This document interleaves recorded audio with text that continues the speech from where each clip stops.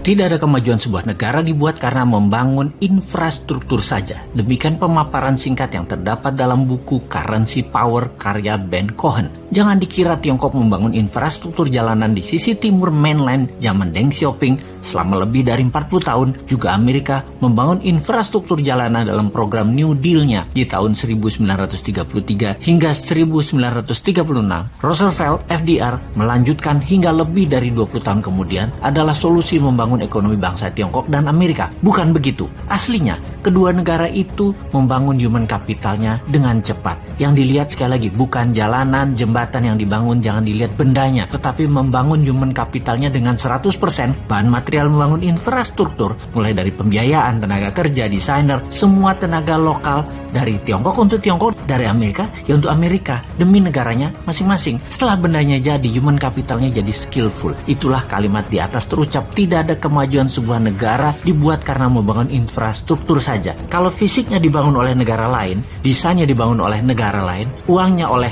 negara lain, teknologinya dari negara lain, materialnya dari negara lain, itu membangun apa? Disinilah kita harus memfokuskan di dalam bangun negara ini secara sesungguhnya. Pembelajaran rakyat Tiongkok tidak berhenti di situ, terus berlanjut di mana misalnya di tahun 1980-an ada jutaan orang Tiongkok belajar ke seluruh dunia dan terus dilanjutkan hingga saat ini. Kalau tahun 1933 dan 1936 New Deal-nya Roosevelt terlihat membangun infrastruktur, maka tidak akan sempurna jika dia tidak melakukannya dengan yang namanya Operation Paperclips. Operation Paperclips adalah operasi intelijen dengan codename Paperclips ini membawa ilmuwan Jerman lebih dari 1.600 orang untuk pindah ke Amerika sejak tahun 1945 sebelum kejatuhan Nazi hingga 1959. Sampai dua presiden setelah FDR, yaitu sampai Truman dan Eisenhower, Amerika melakukan human kapitalisasi besar-besaran. Yang lokal dikembangkan potensinya maupun yang menghijack dari bangsa lain dengan imbalan uang dan kenyamanan kehidupan yang makmur di Amerika.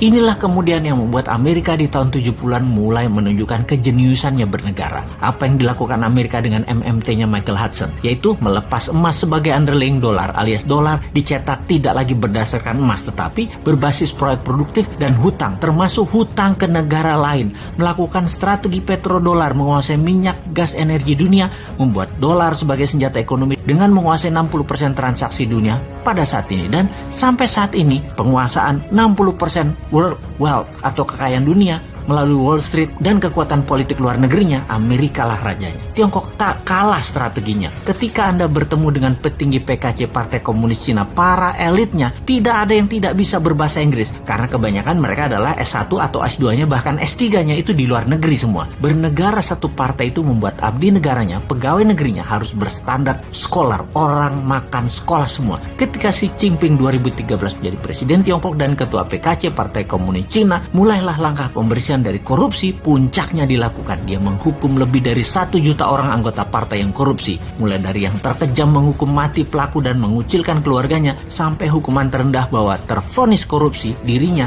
dan keluarganya yang ada di kartu nama keluarga tidak boleh menggunakan fasilitas negara. Kemudian masuklah manusia-manusia terbaik Tiongkok menjabat, lalu dia mencanangkan BRI, Belt Road Initiative. Mulailah Tiongkok melakukan ekspansi keluar setelah 40 tahun membangun ke dalam. Kolonialisasi 5.0 berbasis bantuan ekonomi dengan produk Tiongkok, uang Tiongkok, SDM Tiongkok dimulai. Negara yang lemah pemahaman nasionalisme, kuat pragmatis dan beraliran populis, pasti kemakan strategi Tiongkok yang punya strategi yang memang berlawanan dengan kampret Amerika yang pakai jalan preman. Makanya hard power Amerika menjadi terlihat buruk dan soft power Tiongkok tidak terbaca sampai sumber daya alam suatu negara habis. Harusnya kedua negara tersebut, yaitu hard powernya Amerika dan soft powernya Tiongkok, hanya bisa dilawan dengan smart powernya New Mind. Gak seimbang nih perang atau warfare lawan Tiongkok dan Amerika kalau bernegaranya ala old mind yang beraliran populerisme dan tidak terlalu nasionalis, lebih miring ke oligar, ke globalis dan kekuatan besar dunia lainnya. Kalau New Mind ngelawan pasti karena beda bernegaranya. Amerika dan Tiongkok akan respect bahkan takut,